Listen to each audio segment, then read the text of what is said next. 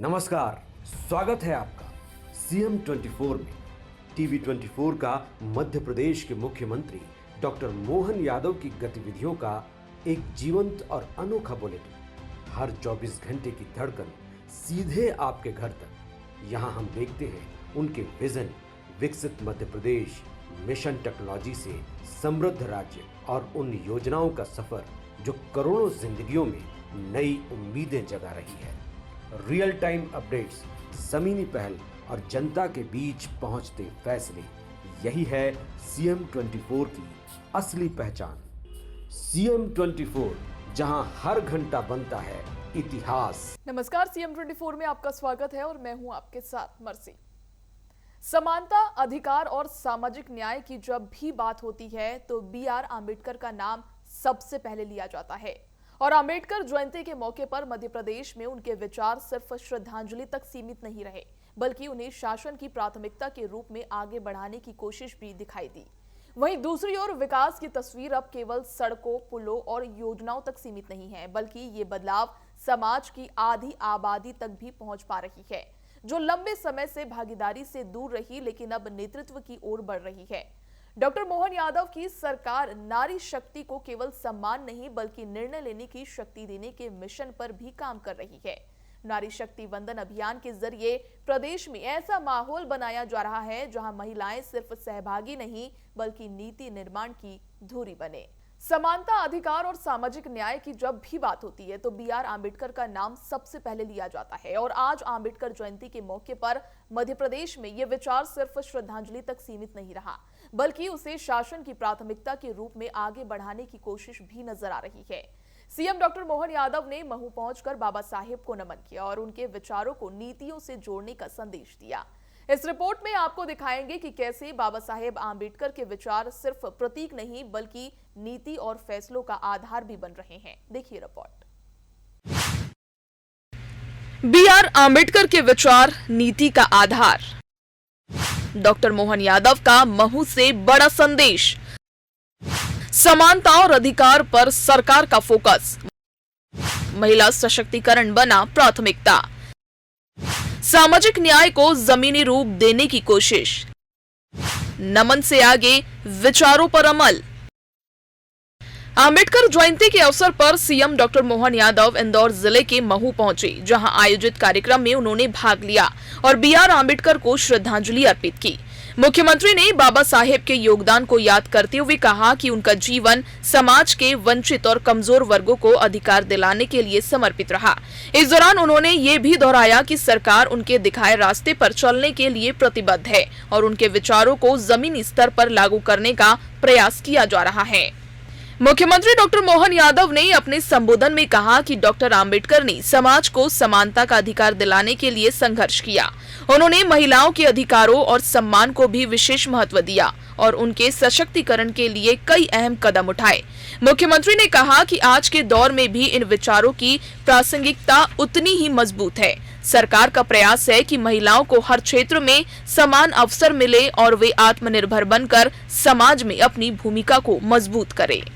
मुख्यमंत्री डॉक्टर मोहन यादव ने स्पष्ट किया कि महिला सशक्तिकरण सिर्फ एक योजना नहीं बल्कि राष्ट्र निर्माण की बुनियाद है। उन्होंने कहा कि प्रदेश सरकार महिलाओं को अधिकार, अवसर और सम्मान देने के लिए लगातार काम कर रही है।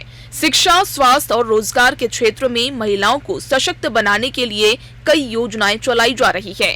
सरकार का फोकस है कि हर वर्ग की महिलाओं को बराबरी का हक मिले और वे विकास की मुख्य धारा में शामिल हो। डॉक्टर भीमराव अंबेडकर ने जीवन भर जिन बातों को लेकर के अपनी यात्रा प्रारंभ की, आज़ादी के पहले देश के अंदर सामाजिक समरसता को लेकर के हमारे दलित पिछड़े वर्गों को उनके अधिकारों को लेकर जिस प्रकार से लड़ाई लड़ी और उसका परिणाम आया कि आज़ादी के बाद संविधान के माध्यम से सभी वर्गों को समान रूप से लेके चलने के लिए वो अमर ग्रंथ की रचना डॉक्टर भीमराव अंबेडकर की अध्यक्षता में हुई और भारत ने वो संविधान को अपनाया। अंबेडकर जी की जो भावना रही वो सदैव स्त्री पक्ष को मजबूत करने की रही है। माता बहनों के अधिकार को लेकर के अंबेडकर जी ने जो निर्णय किए, बाद में संविधान में अधिकार दिए, मैटरनिटी लीव, प्रसूति समय अवकाश देना, समानता की दर देना, कई प्रकार के कल्याण के कामों में, यहाँ तक कि हिंदू धर्म की दृष्टि से बहनों को उनका अपनी माता पिता की संपत्ति में हक दिलाना या तलाक के समय उनको गुजारा भत्ते का हक देना, ये अंबेडकर जी की दूरदृष्टि थी, जिसके कारण से पूरा देश उनको सदैव स्मरण करता है। मुख्यमंत्री ने अपने संबोधन में कहा कि बी.आर. आम्बेडकर ने समाज के हर वर्ग को समानता का मार्ग दिखाया और यही मार्ग आज भी देश और समाज को आगे बढ़ाने का आधार है। सरकार इस सोच को आगे बढ़ाते हुए समाज के सभी वर्गों को साथ लेकर विकास की दिशा में काम कर रही है। मुख्यमंत्री ने ये भी कहा कि समावेशी विकास ही असली विकास है, जहां हर व्यक्ति को बराबरी का अवसर मिले और कोई भी वर्ग खुद को पीछे न महसूस करे।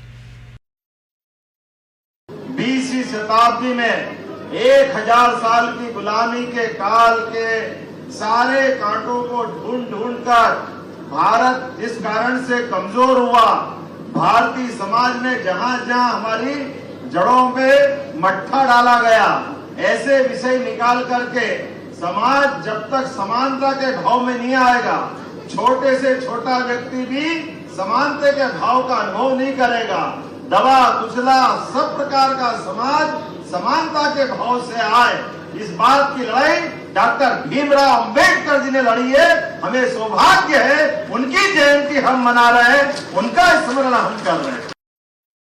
आम्बेडकर जयंती के मौके पर मुख्यमंत्री का संदेश साफ रहा कि यह दिन सिर्फ श्रद्धांजलि का नहीं बल्कि विचारों को अपनाने और उनके व्यवहार में उतारने का अवसर है। सरकार का प्रयास है कि सामाजिक न्याय और समानता के सिद्धांत सिर्फ भाषणों तक सीमित न रहे बल्कि जमीन पर भी दिखे। तो कुल मिलाकर बी.आर. आम्बेडकर के विचार अब सरकार की नीतियों में स्थायी रूप से नजर आ रहे हैं।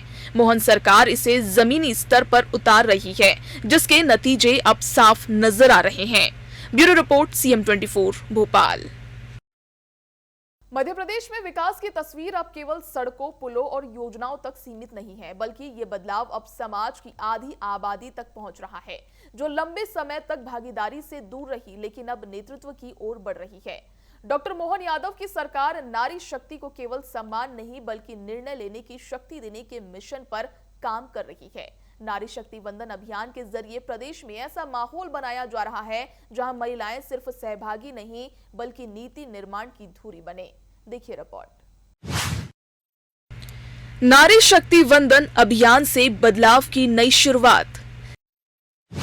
महिलाओं को निर्णय लेने की शक्ति पर जोर।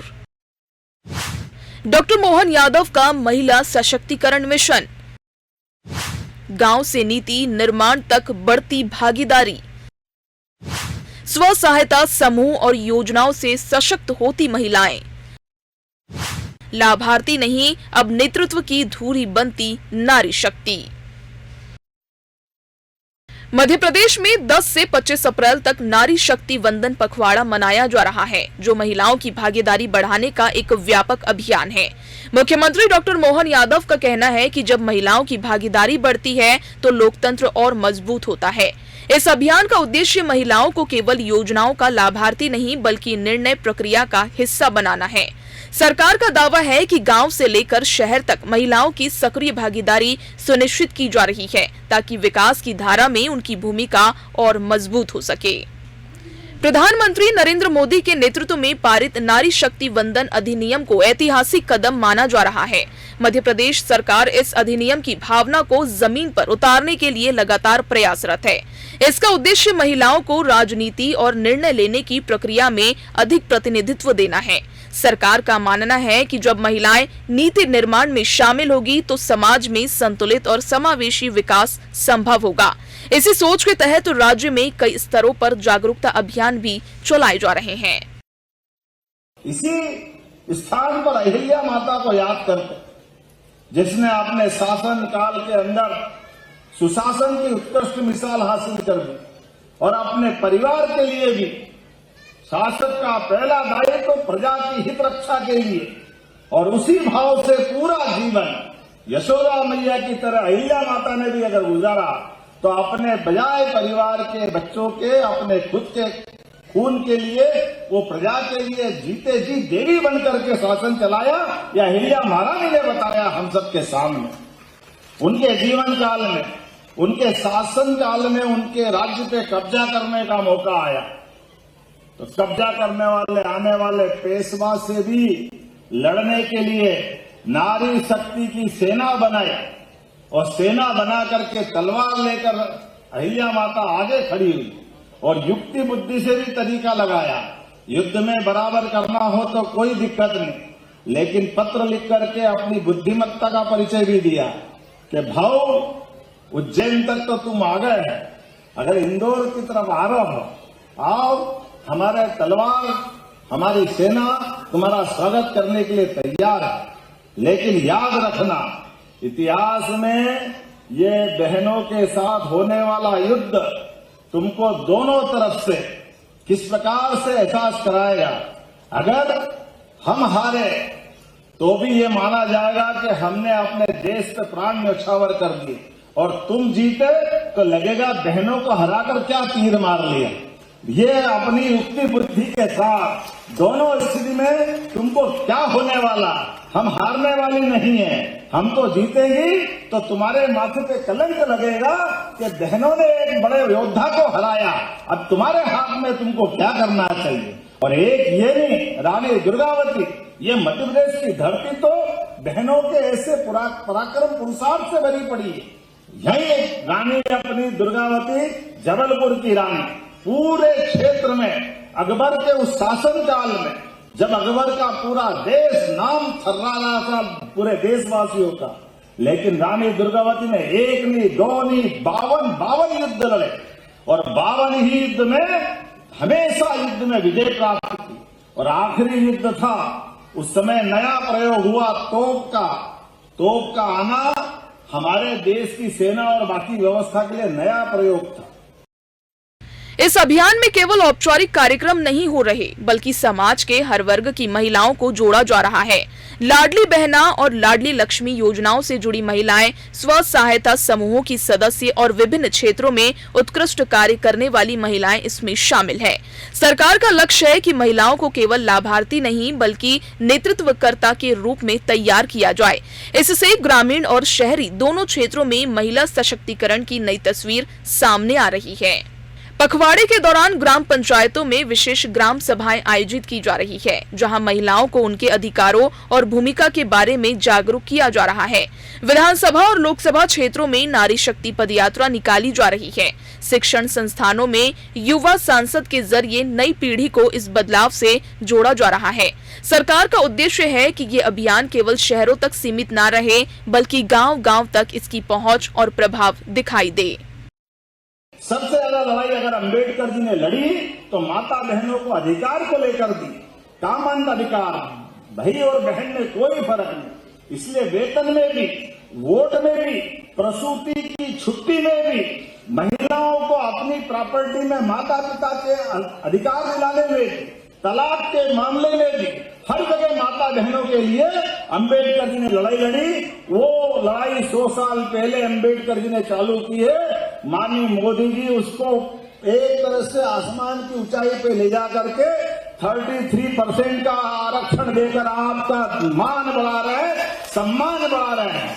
नारी शक्ति की यह अद्वितीय जीत है, 21वीं शताब्दी का सबसे बड़ा निर्णय है। आइए हम सब मिलकर के नारी सशक्तिकरण के इस अधिनियम का भी स्वागत करें। यथा योग्य प्रकार से जो जहां है, जैसा है, हर स्थान पर, हर समाज के हर व्यक्ति के लिए।